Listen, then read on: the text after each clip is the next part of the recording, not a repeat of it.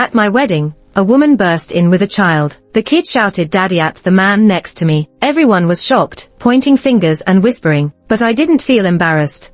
I never really had any expectations for this wedding. When Harry and I were exchanging rings, the doors to the hall suddenly swung open. Daddy, Harry froze. The ring got stuck on his finger, awkward as hell. A well-dressed woman stood at the entrance, holding the hand of a child about 4 or 5 years old. The woman's eyes welled up upon seeing the scene inside, looking all pitiful. Just one tear, and Harry completely forgot it was our wedding. The woman hugged the child and quickly turned to leave. Daisy, he left me standing there and ran after the woman and kid. The ring spun on the ground, stopping by the officiant's feet. Even he, who always had the right words, didn't know what to say. There were murmurs below, and countless pitying, mocking looks fell on me. I was completely a joke. My first wedding ended just like that. Harry's dad was furious, ordering security to drag him back. His mom promised me an explanation. Her always kind face didn't look so good now. I found out from Harry's close friend what happened. It was one of Harry's many exes, stunningly beautiful, one of a kind. They had an on and off relationship many times, but 6 years ago, it ended for good. Nobody thought she'd have his kid. Harry was just having fun with her. She's nothing compared to you.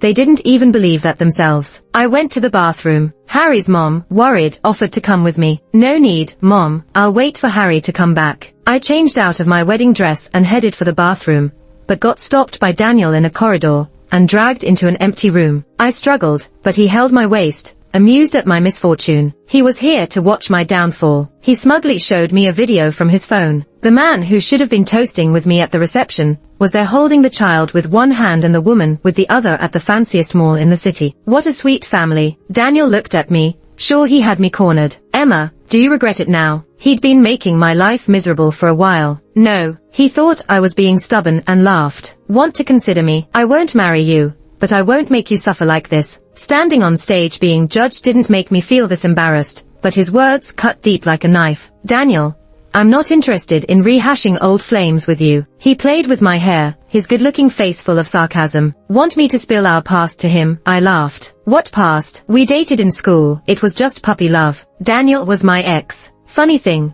I only realized he was Harry's close friend when we started discussing marriage. Even if I told him his in-laws are fake, you think he'd care? Harry doesn't really love me. His parents just thought we'd be a good match, so he proposed. I pulled away from Daniel and walked out. If I tell him his in-laws are fake, you think he wouldn't care? I stopped in my tracks and turned back to him. The glow from his phone screen lit up his face, cold and faint. The disdain and mocking in his eyes hurt me. He didn't know. He didn't know why I wanted to marry Harry. I just wanted to get justice for my dad in my own way. My dad found me near a garbage dump. He was a sanitation worker, limped from an old injury at a construction site, and couldn't find work anymore. Alone, he wandered the city. Then, he discovered me barely alive near a trash bin. He learned how to be a father and gave me a home amid the ruins. He carried me on his back while sweeping streets. With no money for formula, he made rice porridge for me. He said I was heaven's gift to him. Eventually, like any other kid, I grew up. The night before I started elementary school, he took me shopping for clothes, a backpack, and stationery. He counted the money note by note, a smile on his weathered face. He said I should have what others have so I wouldn't be looked down upon for my appearance. Back then, I didn't really get what it meant, but soon, I learned. On Teacher's Day, I was the only one without a gift for the teacher. All I had were a few wildflowers I'd picked by the roadside. Before I could give them, a chubby kid snatched them, sniffed them, and tossed them to the ground, stomping them to pieces. Even thought of giving such shabby stuff, he said. Your family's so poor, might as well beg on the streets. How could he say such things? He belittled my dad's hard work and effort. Shut up, I cried. He didn't listen, pleased with himself. You and your dad should go where beggars belong. I covered his mouth, wanting him to stop, but he kicked me in the stomach. That was the first time I got hit. The pain brought tears to my eyes. Teacher, someone's hitting. I wanted to say it wasn't true, that he hit me first, but the kid didn't give me a chance. He knocked me down, sitting on me, and started punching. When the teacher finally got there, she separated us and called our parents. My dad got insulted, called a garbage man. He didn't argue, just smiled apologetically. At that moment, I realized people are different. To them, being poor is like a sin. Our teacher told us to make peace. I didn't want Dad to smile like that. It looked bad. So, I was the first to reach out my hand to Chubby. But his dad said, Shake hands for what? She's filthy, just like this junk collector, full of germs. Dad suddenly got angry and grabbed his arm, demanding an apology. Chubby's dad pulled away, his face full of contempt. He said, apologize. People like you are parasites of society. I pay thousands in taxes each month to support you. You're alive because of me, and you still want me to apologize. Spittle sprayed my face, and my dad shook with anger. I held onto his clenched fist and said, Dad, I'm hungry. Can we go home? He paused and looked down at me. I smiled at him. He relaxed his hand and his eyes turned red. Okay. On the way home, Dad didn't yell at me. He just told me, Coco, you need to study hard to be someone people respect. I wanted him to be respected too. I wanted him to sit up straight in a nice restaurant. I wanted him to be healthy and live long. But none of that happened. He died. Back then, I was in 4th grade and ranked first in class. Dad asked, what do you want as a reward? I looked up at him and said, I want Coke chicken wings. He patted my head and smiled, saying sure. A cry for help suddenly rang out. Help. Someone help me. Coco, wait here. Don't run off. Dad will be back soon. He stumbled and limped to the river, then jumped in without hesitation. His hands flailed in the dark, then went still. The cry for help quickly turned into laughter. The kid popped up from the water, but my dad was gone. I nearly forgot that my dad, who seemed capable of anything, couldn't swim. I rushed to the riverbank. Dad, come out. No one fell in. He tricked you. No reply. Just the river flowing on. I finally got someone to help, but the culprit was leisurely packing up on the bank. I lunged at him in rage. You can't leave. Why did you do this? He said. I was just messing around. I didn't ask him to save me, but he's the one who shouted for help at my dad. He kicked me away. He was a big kid. I couldn't fight him. He looked down on me, full of malice and disdain. A lame guy trying to play hero. Dad, look at the kind of person you wanted to save. Give me back my dad.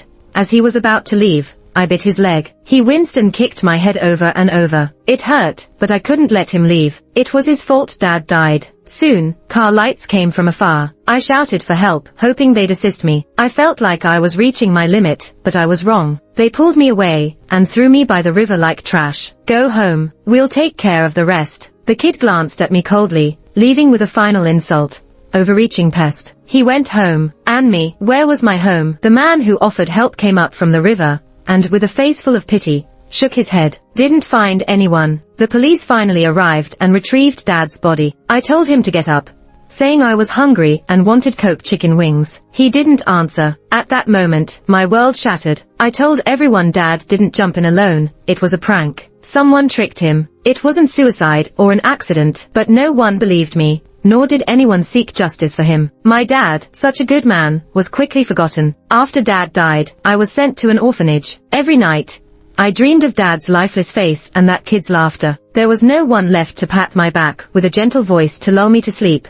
No one to proudly pull a toy from their pocket, stroke my head, and say, "Ah, Coco, you've worked so hard." No one used their bent back to support a home for me anymore. I cried myself to sleep and woke up in tears. I desperately wanted that culprit to feel this pain. I planned every day how I would do it. With his wealthy background, I would watch every elite school in Sea City. Finally, I found him. His name is Harry. His dad runs a pharmaceutical company and is wealthy. He still loved playing pranks, cornering people in alleys and settling things with his fists. Later, he injured a boy and then went abroad. He slipped out of my sight for now. I always remembered Dad's words.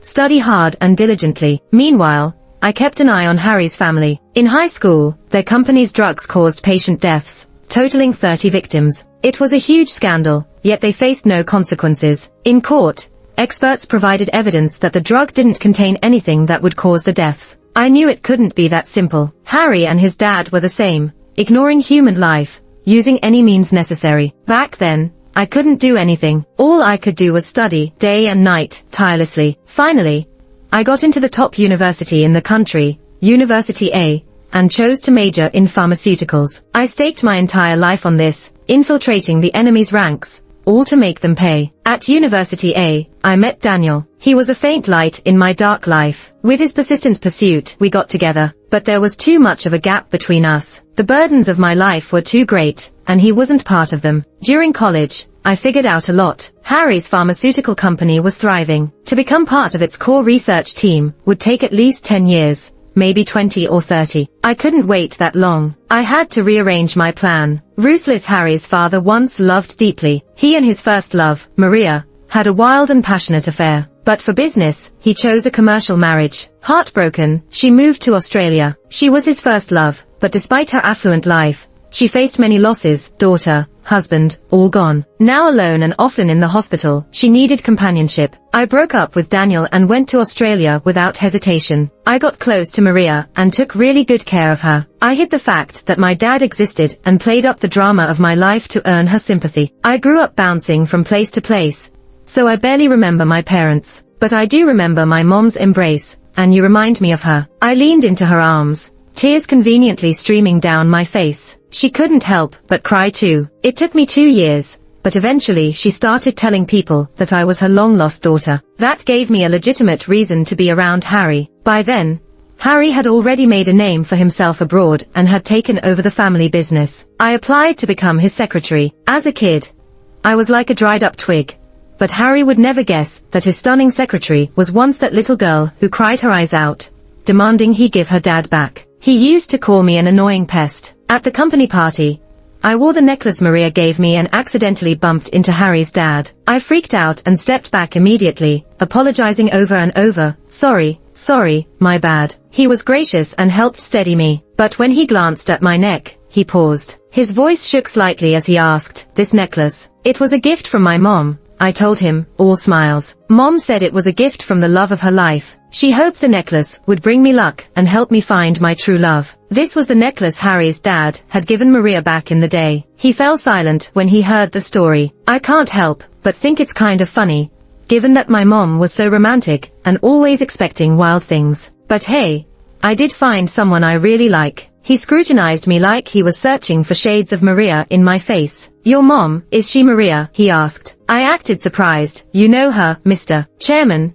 Harry's dad didn't exactly say they were old flames. He just mentioned they were high school classmates and went to the same college. "How is your mom?" he inquired, sounding concerned. I looked downcast. "She passed away." He was in disbelief, his lips parted slightly, eyes growing red. Ever since that party, Harry's dad has kept an eye out for me. Till one day, he asked, "Why did you choose to work here?" Maria married well, lived comfortably. Why would her daughter take a secretary job? I blushed on the spot. Harry's dad got the hint. From my actions, he pieced together that I was interested in his son. It was all part of my plan. Harry was a player, always surrounded by women. I couldn't be sure I'd tie him down. So I aimed for Harry's dad instead. He tried to make up for his lost time with Maria through me. With his backing, I climbed the corporate ladder, and marrying Harry became a breeze. Don't say stupid things, Daniel. Maria and her husband are gone. No one will ever question if I'm really her daughter. Besides, it was Maria who decided to give me this identity. I heard something fascinating from a friend.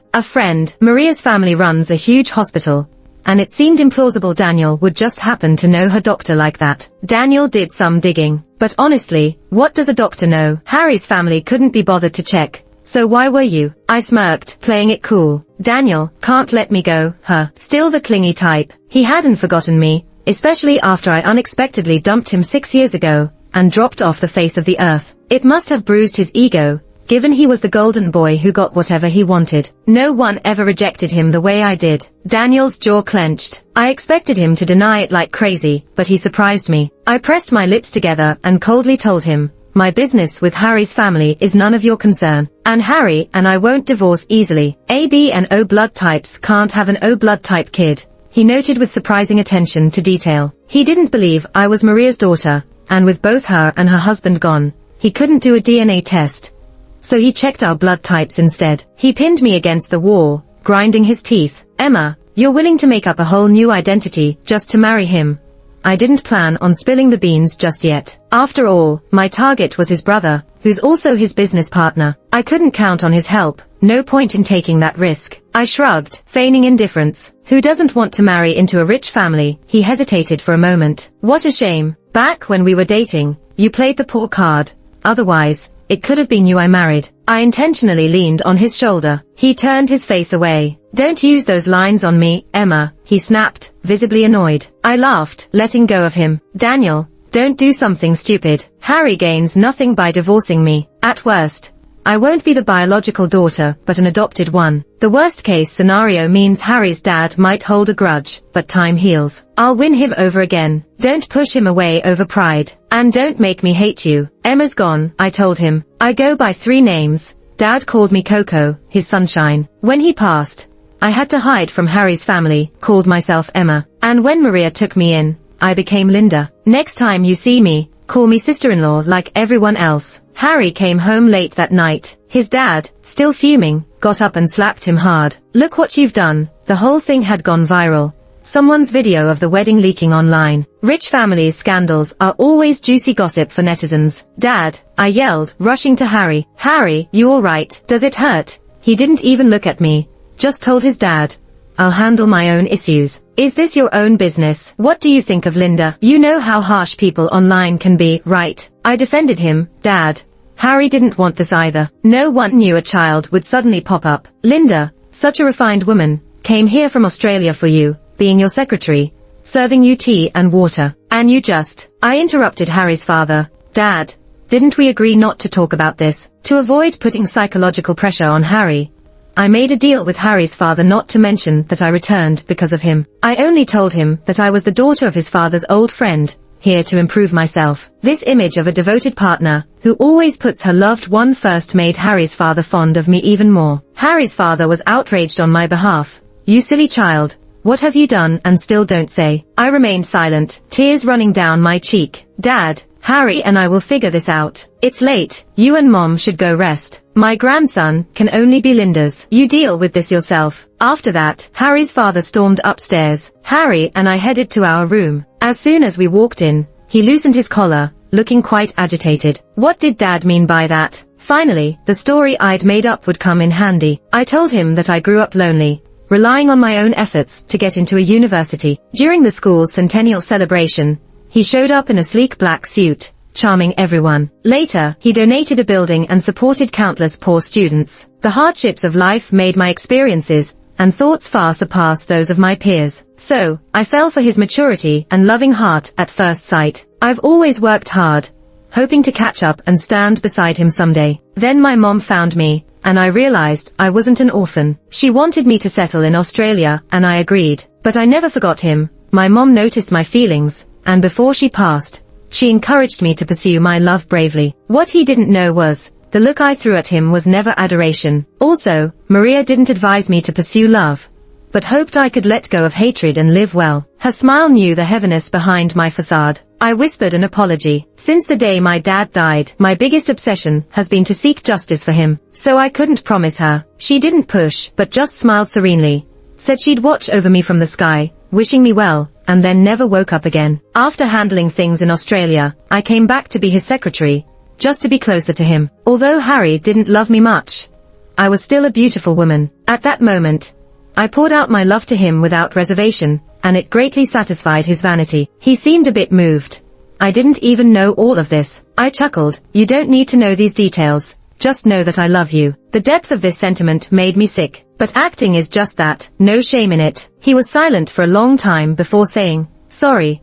I didn't expect this to happen today. Harry, you indeed should be sorry, but not because of what happened, but for leaving me to be a laughingstock in front of everyone. But no worries, I'll pay back all of this. He softened, and I seized the opportunity. What do you plan to do about the child? If you're really concerned, you can bring him home. He's your kid after all. If you trust me, I can take care of him. If not, let Mom do it. She's always wanted a grandchild. He won't suffer. As for Dad, he was just angry today. I'll convince him to accept this child. Such a gracious demeanor made Harry very satisfied. He truly believed that I loved him so much that I would compromise and embrace everything. In a few days, I'll bring the child to meet Dad and Mom. My expression darkened. He quickly understood and said, as for Daisy, I'll sort her out. No one can shake your place. You love her, don't you? Harry's brows furrowed tightly. Not at all. He then excused himself to shower and went into the bathroom. Did he really not love her? Then why panic at the wedding? Why risk it all to chase her? He's still being stubborn. Even the wicked Harry can fall into the trap of love. The soft sound of water flowing from the bathroom. I poured myself a glass of red wine, stood by the window, and looked at the view below. The phone rang with an unknown number. Wasn't me. It's Daniel. I was stunned, then realized what he meant. I know. Anything else? If not, I'll hang up. I, of course, knew it wasn't his doing. I was the one who had the video shot and put online. The line went dead. He hung up first. Harry quickly brought the child home in a few days. Daisy named him Tim. She raised him well. His chubby face was very endearing. At the dinner table, Harry's father looked stern. You're sure he's your child? Harry replied, the paternity test confirmed it. So, what's your plan? Bring him home for us to raise. Daisy didn't agree. Experts also said leaving the kids with their mothers is best for their growth. Harry's father scoffed. I think that woman just wants an excuse to keep you going over. Harry's mother interrupted. The kid's here. Don't say such things. I put the deboned fish in the child's bowl. Dad, Mom, if Daisy disagrees, then let's drop it. Plus Tim's still young, brought up by his mom. Suddenly, uprooting him to live with us might leave psychological traces. Let's wait until he's older and let Harry foster their bond before bringing him back. That's also reasonable. Harry's father relented, and Harry visited Daisy more frequently. They often appeared as a family at kindergartens, amusement parks, and restaurants. I pretended not to know, but actually didn't mind it one bit. I should also thank Daisy. Her presence saved me from dealing with Harry, giving me more energy to focus on work. It didn't take long before he and his dad got whisked away by the tax authorities for an investigation. That anonymous report was something I'd been gathering for a while. Once I became Harry's wife, I had more access, and it made things a lot easier. This is just round one. The real show's just getting started. There were lots of negative rumors about the company. They've always been good at putting up a front. So, to make it seem like everything was fine, Harry's mom took me to a charity gala. That night, I brought Tim along. Linda, why did you bring him? Harry's mom wasn't too pleased. She liked kids, but bringing an illegitimate child to such a formal event wasn't quite right. I just gave a faint smile. Mom, Harry suggested it. He's been wanting to introduce Tim to everyone. Daisy's influence on Harry was strong. In just a few short months, she had him wrapped around her finger. Harry's mom sighed. Linda, you've got to step it up. She'd been busy looking for supplements for me, hoping for a grandkid, but my belly wasn't showing any signs. Of course, I wasn't going to have a child with Harry. The idea made me sick. I looked down at Tim, gave his little face a gentle touch, and said, Tim, be good, alright. Auntie's taking you to meet people. Harry's mom didn't like it, but she had no choice but to play the loving grandma part, and introduced him to business partners. Some gave me looks, not so kind, while still flattering Harry's mom. You're so lucky. I kept a composed and graceful smile. Not only that, on my suggestion, she even donated supplies in Tim's name. Now, everyone knew about Tim being Harry's illegitimate child. While in the restroom with Tim, I ran into Daniel. I had already sensed his eyes on me during the dinner. This time, he was bolder, cornering me at the end of the hallway. Heavy drapes surrounded us. It didn't feel like anything good was about to happen. In my backless gown, the sudden touch of glass felt chilling. Daniel reached out, blocking my back from the glass. Close quarters, breathing mingled. He looked down at me, starlight shattering in his eyes, silent. His strange attitude baffled me, and I coldly asked, what do you want? How long do you plan to keep lying to me? I was puzzled about where I screwed up. I didn't lie to you. He leaned in, whispered, you were the one who reported them. How did he know? Had he been watching me all along? I always play it safe, taking 4 years to gather evidence on their tax evasion. He pressed on, what's your plan, Emma? Tell me. His calm demeanor was unexpectedly soothing, though his grip on my wrist shook slightly. Daniel, don't you have anything better to do than spy on me? He admitted, acting like it was no big deal. But a wave of anger surged in me, filling my chest. He used to be a university's top med student, a favorite among professors, destined to follow in his elder's footsteps as a leading expert. That's his dream. He should be pursuing it. But now, he wanted to get into my plans, meddle in my life. What had changed? It was too soon to spill to him. Harry's under investigation, but not yet hit hard. Daniel's allegiance won't shift. So, I'm unsure what Daniel might do. Still, though he seems certain I'm up against them, he hasn't warned them. So far, he's staying neutral. Aren't you good at investigating? Go find out yourself, Daniel. Even if he told Harry, it wouldn't matter. The ensuing chain reaction was unstoppable. Tim was calling me. Gotta go. The evidence I submitted was solid, no escaping their tax evasion. They'd have to cough up millions with penalties. The media was all over it. Stocks kept tanking. After all this, Harry and his dad were looking drained. Dad, did you find out who did it? Harry's father barked. no one in the company is at fault. Did someone catch a glimpse of your accounts while you were out wasting away? I bet it's Daisy. Harry rubbed his temples. It can't be her. She's got you bewitched. First thing you do is run to her. What can you even get done? His father raised an arm, ready to slap him. I seized the chance, stepping in front of Harry. Dad, what's done is done. Punishing Harry changes nothing. His father looked at me, eventually lowering his arm. I've lost a lot of weight, worried about them and handling their workload. Once his dad left, I reminded Harry, we're 3 million short. If you don't come up with it, you'll go to jail. I left it unsaid, but Harry knew the consequences. He's ambitious, not just content with managing the family business.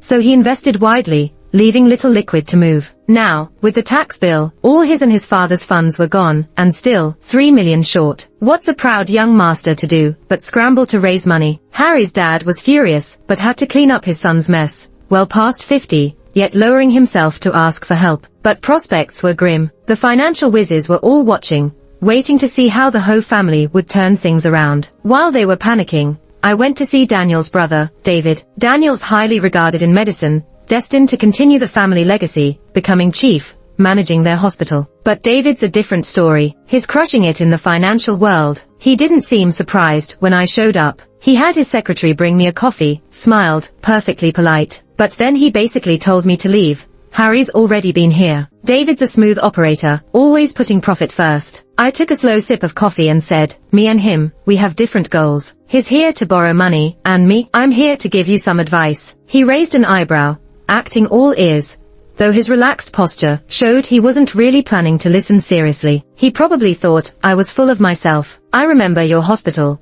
Part of its shares are owned by the Harry family. Both families get along well, so each has shares in the other's business. Harry's short on cash now. Perfect time for him to sell the hospital shares cheap. I'm sure you can make that happen. David just smiled, not saying a word. I need to up the ante. No need to worry about maintaining relations between our families. Relationships can't put food on the table. I pulled out the prepared share transfer agreement. I have 2 reasons for marrying Harry. First, I got more authority as family, and second, his dad used shares from their medical company as my bridal gift. Of course, my dowry was pretty substantial too, with most of what Maria left me ending up with Harry. I'm sure you'd know how to get the other shareholders on board. With my share too, you could change the surname of their medical company. I wasn't worried he'd turn me down. Back when Harry's company screwed up with their drugs, they somehow pinned all the mistakes on the doctors, reducing their losses. A lot of those doctors were from David's family hospital. Although the compensation wasn't much, and Harry later gave David some restitution, there are things money can't fix, like reputation. Ever since then, the hospital's reputation tanked, and their ties with Harry's family naturally grew weaker. David's smile finally felt genuine. He seemed really happy with my plan. Without much effort, he could kick Harry's family out of his hospital and take over their medical company. Quite a bargain. Daniel wasn't wrong. You really do hold a grudge against them. My brow furrowed. Your pitch was impressive, but how we proceed is up to Daniel. Before I could react, a crack appeared in the office wall. Behind it was a break room, and Daniel was there, silently watching me. He heard everything. David shrugged. Dad gave part of the shares to him. Without Daniel's agreement, your plan's not viable. Persuading Daniel should have been his job, yet it fell to me. David was good at dodging tasks. Now it was just the 2 of us in the room. I took my time sipping my coffee, then walked over to him. Find anything? Unlike my lightheartedness, Daniel stood unmoving, like a heavy statue. His eyes downcast, jawline taut,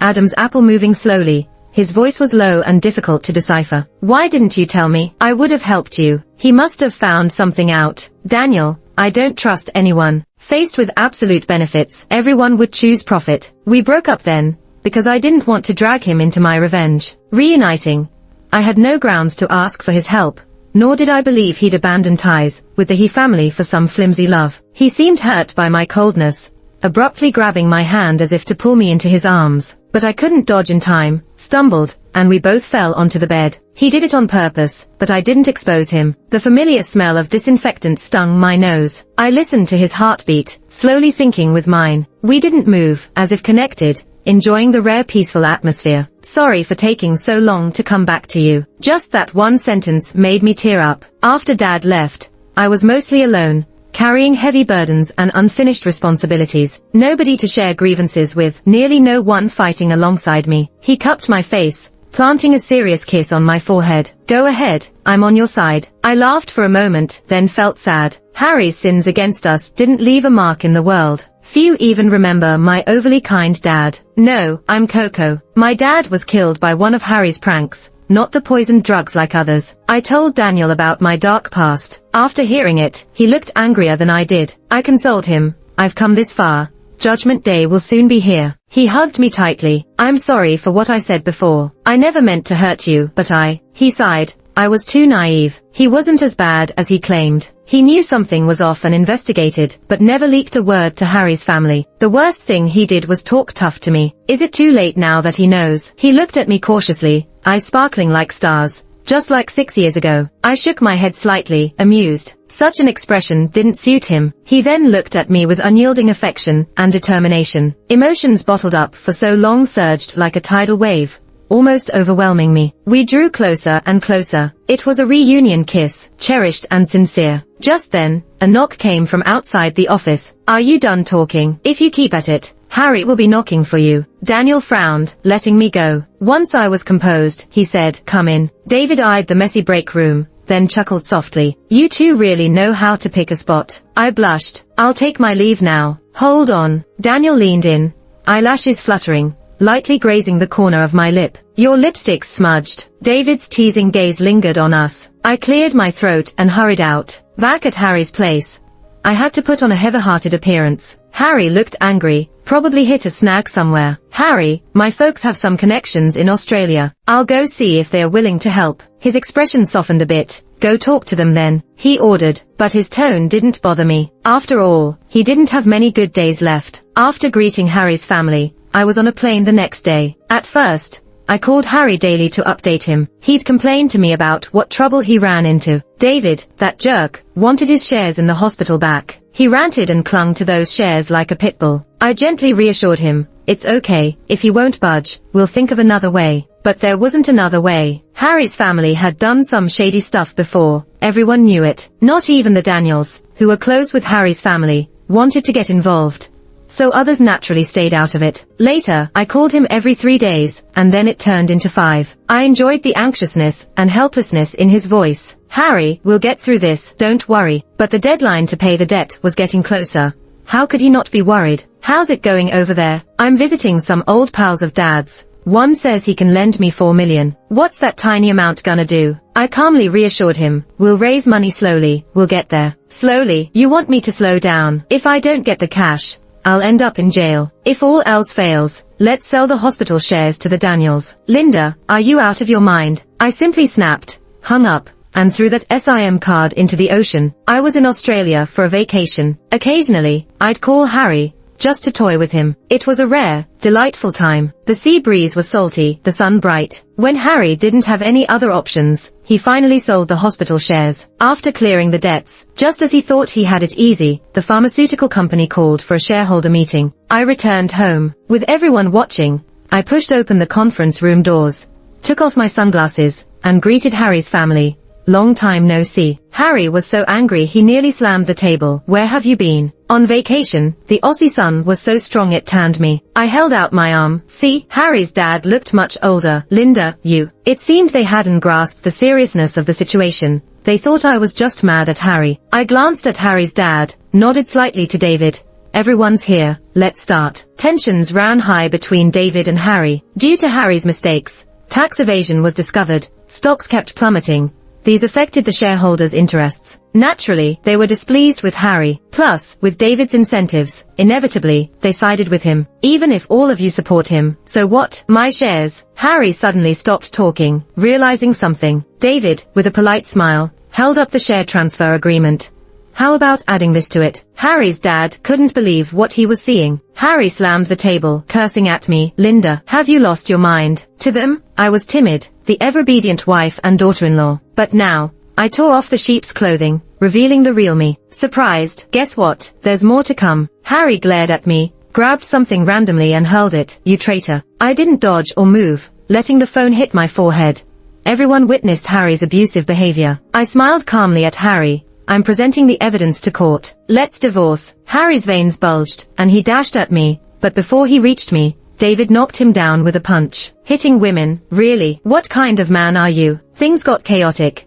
Security rushed over to separate them. Seeing Harry, beaten and bruised, I couldn't help but chuckle. As I passed by him, I whispered, "Fool." Downstairs, Daniel waited for me, ready to confront Harry after seeing my injury. I stopped him, and he turned to David, fuming. "Emma's there to help you, not get beaten. Aren't you trained in martial arts? Can't even take down Harry. What kind of man are you?" He got carried away. I grabbed his phone and ended the call. "Emma, you're not going back to Harry's place. I found you a place to stay. And be careful. Harry and his dad are as nasty as they come. Why don't I move in with you for a while, keep you safe?" I raised an eyebrow. "I'm still married. I don't mind." "No way." He didn't press the issue. That evening, as I took out the trash, I bumped into him. Surprise, he had just showered, a towel around his waist, revealing a neat set of abs. His wet bangs clung to his forehead, his eyes misty. He did it on purpose. Who showers and opens the front door? I gave him a once-over. "You need more training." He wasn't happy with my reaction, sulked, and turned back inside. He moved across from me, under the guise of protecting me, always looking for an excuse to come over for free meals. Luckily, I was in a good mood and didn't mind. Before Harry and his dad could recover from the blow, they were taken away by the cops. Why? Because to cover up the issues with their drugs, they did some inhumane things, like threatening patients' families, even murder. On the day of the trial, a crucial witness appeared. It was Daisy, who vanished after Harry was taken by the IRS. "Harry, your delusions end here." Harry's mom stood up from the gallery. "Have you gone mad? He's your child's father." Daisy stared at Harry, enunciating, "No, he's my enemy. Remember me? My dad was brutally beaten to death by you. You knew there was a problem, but did nothing. You never tried to make amends. It wasn't until Mom passed away, and families gathered, that we realized the gravity. When your seductions failed, you threatened my dad. Eventually, you killed him. Am I right, Harry?" "Yeah, she's the real Amy." Harry's family had money and influence, and back then, she was just a high school student. She couldn't do anything. She just watched as Harry let a thug take the fall for something he did, while he lived the high life. So, she hid in the crowd,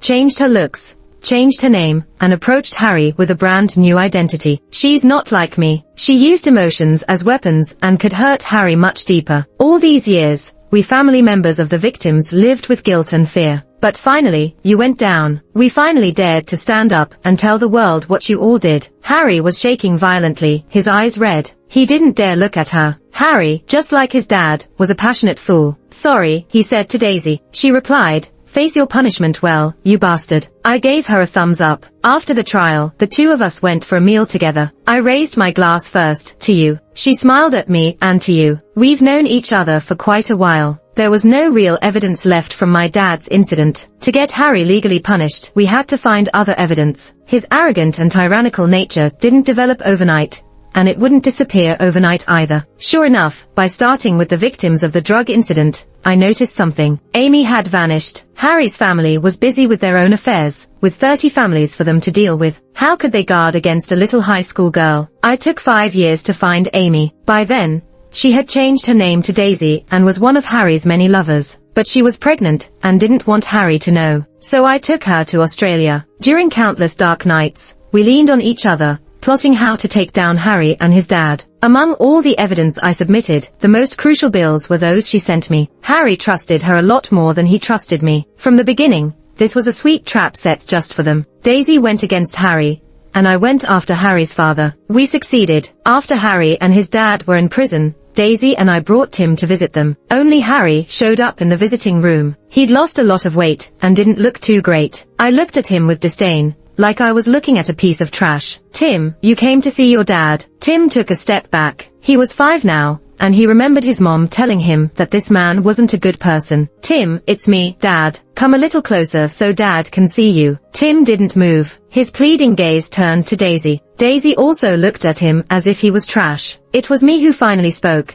"Harry, I came to give you a surprise. This is the last time Tim will visit you, because you are not his father." His anger ignited quickly. Tim was his weak spot. "What nonsense are you talking? Take a good look. What's this?" I tossed the paternity test at him, which showed there was no father-son relationship between them. "The one you saw first was fake. This one's real." "Why did Daisy have to leave?" "Because the child she was carrying wasn't yours. I told you from the start. This was a big chess game. I deliberately brought the child to the charity dinner, letting him appear in front of everyone. Harry's dad loved his reputation, didn't he? Harry cared about this child, didn't he? Well, I made sure to tell them the child was a fake. He had nothing to do with them. Not only that, I've told everyone how stupid they were to treat a child with no blood relation like Treasure. Harry was stunned for a long while. Daisy, tell me it's not like that, he wailed, like a beast caught in a trap. Turns out he could get hurt too. Linda, I never did anything to you. Daisy spoke her first words since we got there.